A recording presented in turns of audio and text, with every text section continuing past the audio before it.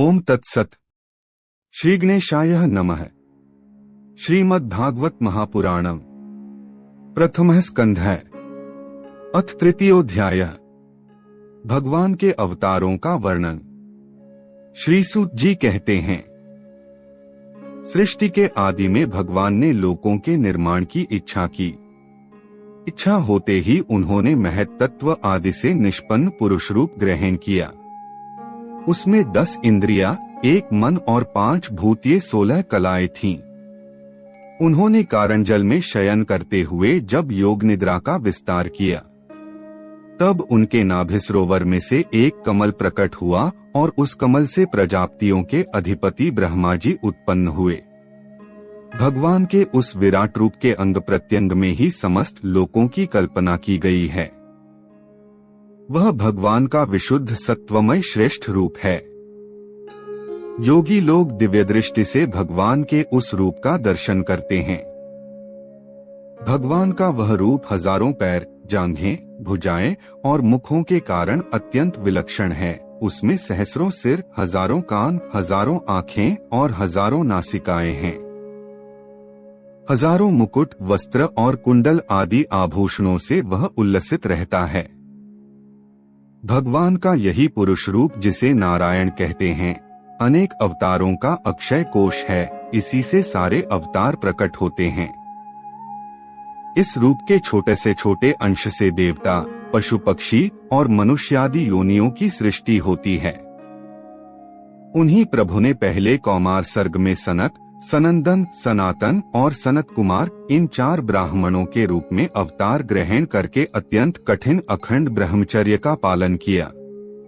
दूसरी बार इस संसार के कल्याण के लिए समस्त यज्ञों के स्वामी उन भगवान ने ही रसातल में गई हुई पृथ्वी को निकाल लाने के विचार से सूकर रूप ग्रहण किया।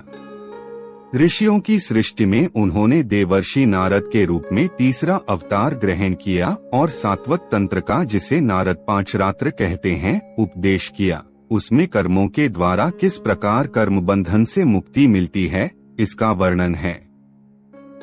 धर्मपत्नी मूर्ति के गर्भ से उन्होंने नरनारायण के रूप में चौथा अवतार ग्रहण किया। इस अवतार में उन्होंने ऋषि बनकर मन और इंद्रियों का सर्वथा संयम करके बड़ी कठिन तपस्या की। 5वें अवतार में वे सिद्धों के स्वामी कपिल के रूप में प्रकट हुए और तत्वों का निर्णय करने वाले सांख्य शास्त्र का, जो समय के फेर से लुप्त हो गया था, आसुरी नामक ब्राह्मण को उपदेश किया। अनसुया के वर मांगने पर छठे अवतार में वे अत्रि की संतान दत्तात्रेय हुए।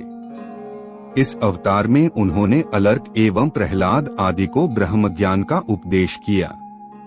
7वीं बार रुचि प्रजापति की आकुति नामक पत्नी से यज्ञ के रूप में उन्होंने अवतार ग्रहण किया और अपने पुत्र याम आदि देवताओं के साथ स्वयंभुव मनवंतर की रक्षा की। राजा नाभि की पत्नी मेरु देवी के गर्भ से ऋषभदेव के रूप में भगवान ने 8वां अवतार ग्रहण किया। इस रूप में उन्होंने परमहंसों का वह मार्ग, जो सभी आश्रमियों के लिए वंदनीय है, दिखाया। ऋषियों की प्रार्थना से 9वीं बार वे राजा पृथु के रूप में अवतीर्ण हुए। शौनकादि ऋषियों। इस अवतार में उन्होंने पृथ्वी से समस्त औषधियों का दोहन किया था। इससे यह अवतार सबके लिए बड़ा ही कल्याणकारी हुआ।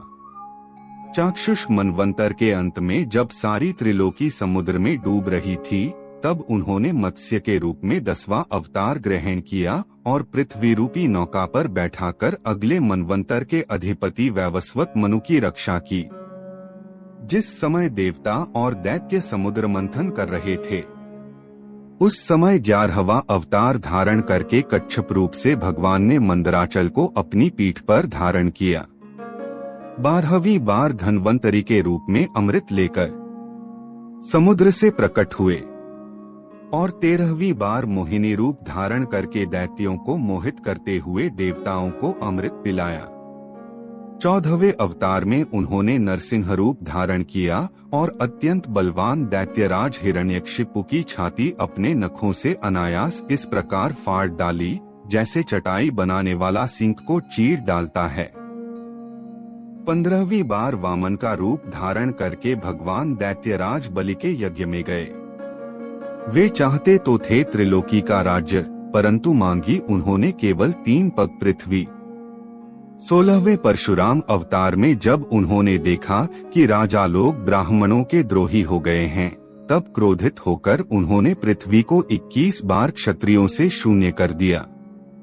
इसके बाद 17वें अवतार में सत्यवती के गर्भ से पराशर जी के द्वारा वे व्यास के रूप में अवतीर्ण हुए। उस समय लोगों की समझ और धारणा शक्ति कम देखकर आपने वेदरूप वृक्ष की कई शाखाएं बना दी। बार देवताओं का कार्य संपन्न करने की इच्छा से उन्होंने 18वीं राजा के रूप में रामावतार ग्रहण किया और सेतुबंधन, रावणवध आदि वीरतापूर्ण बहुत सी लीलाएं की।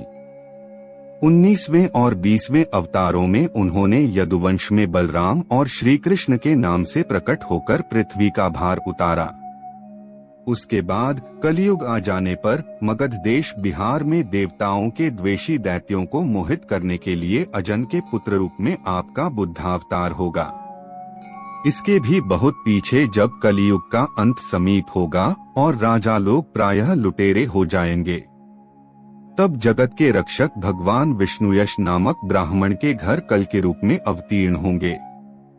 शौनकादि ऋषियों जैसे अगाध सरोवर से हजारों छोटे छोटे नाले निकलते हैं, वैसे ही सत्वनिधि भगवान श्रीहरि के असंख्य अवतार हुआ करते हैं।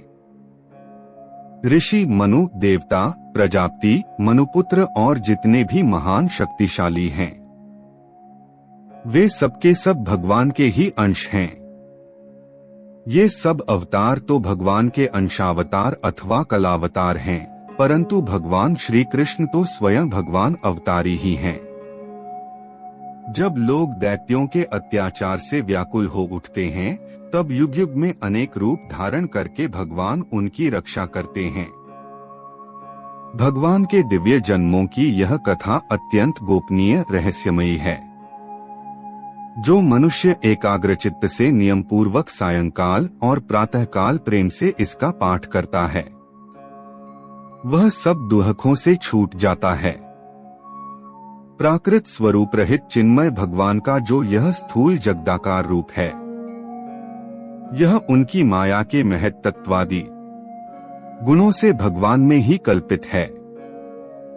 जैसे बादल वायु के आश्रय रहते हैं और धूसर्पना धूल में होता है, परंतु अल्पबुद्धि मनुष्य बादलों का आकाश में और धूसर्पने का वायु में आरोप करते हैं, वैसे ही अविवेकी पुरुष सबके साक्षी आत्मा में स्थूल दृश्य रूप जगत का आरोप करते हैं। इस स्थूल रूप से परे भगवान का एक सूक्ष्म अव्यक्त रूप है, जो न तो स्थूल की तरह आकारादि गुणों वाला है और न देखने सुनने में ही आ सकता है, वही सूक्ष्म शरीर है। आत्मा का आरोप या प्रवेश होने से यही जीव कहलाता है और इसी का बार बार जन्म होता है। उपर्युक्त सूक्ष्म और स्थूल शरीर अविद्या से ही आत्मा में आरोपित हैं। जिस अवस्था में आत्मस्वरूप के ज्ञान से यह आरोप दूर हो जाता है, उसी समय ब्रह्म का साक्षात्कार होता है। तत्वज्ञानी लोग जानते हैं कि जिस समय यह बुद्धि रूपा परमेश्वर की माया निवृत्त हो जाती है, उस समय जीव परमानंदमय हो जाता है और अपनी स्वरूप महिमा में प्रतिष्ठित होता है।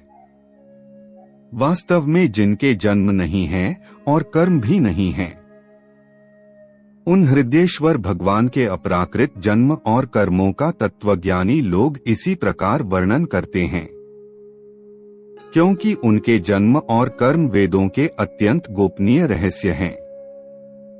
भगवान की लीला अमोघ है। वे लीला से ही इस संसार का सृजन, पालन और संहार करते हैं, किंतु इसमें आसक्त नहीं होते। प्राणियों के अंतःकरण में छिपे रहकर ज्ञानेंद्रिय और मन के नियंता के रूप में उनके विषयों को ग्रहण भी करते हैं, परंतु उनसे अलग रहते हैं। वे परम स्वतंत्र हैं, ये विषय कभी उन्हें लिप्त नहीं कर सकते। जैसे अनजान मनुष्य जादूगर अथवा नट के संकल्प और वचनों से की हुई करामात को नहीं समझ पाता, वैसे ही अपने संकल्प और वेदवाणी के द्वारा भगवान के प्रकट किए हुए इन नाना नाम और रूपों को तथा उनकी लीलाओं को कुबुद्धि जीव बहुत सी तर्क युक्तियों के द्वारा नहीं पहचान सकता। चक्रपाणि भगवान की शक्ति और पराक्रम अनंत है, उनकी कोई था नहीं पा सकता। वे सारे जगत के निर्माता होने पर भी उससे सर्वथा परे हैं। उनके स्वरूप को अथवा उनकी लीला के रहस्य को वही जान सकता है जो नित्य निरंतर निष्कपट भाव से उनके चरणकमलों की दिव्य गंध का सेवन करता है, सेवा भाव से उनके चरणों का चिंतन करता रहता है। शौनकादि ऋषियों, आप लोग बड़े ही सौभाग्यशाली तथा धन्य हैं, जो इस जीवन में और विघ्न बाधाओं से भरे इस संसार में समस्त लोकों के स्वामी भगवान श्री कृष्ण से वह सर्वात्मक आत्मभाव, वह अनिर्वचनीय अनन्य प्रेम करते हैं, जिससे फिर इस जन्ममरण रूप संसार के भयंकर चक्र में नहीं पड़ना होता। भगवान वेदव्यास ने यह वेदों के समान भगवत चरित्र से परिपूर्ण भागवत नाम का पुराण बनाया है। उन्होंने इस श्लाघनीय, कल्याणकारी और महान पुराण को लोगों के परम कल्याण के लिए अपने आत्मज्ञानी शिरोमणि पुत्र को ग्रहण कराया। इसमें सारे वेद और इतिहासों का सार संग्रह किया गया है। शुकदेव जी ने राजा परीक्षित को यह सुनाया। उस समय वे परमर्षियों से घिरे हुए आमरण अनशन का व्रत लेकर गंगा तट पर बैठे हुए थे। भगवान श्री कृष्ण जब धर्म, ज्ञान आदि के साथ अपने परमधाम को पधार गए, तब इस कलियुग में जो लोग अज्ञान रूपी अंधकार से अंधे हो रहे हैं, उनके लिए यह पुराण रूपी सूर्य इस समय प्रकट हुआ है।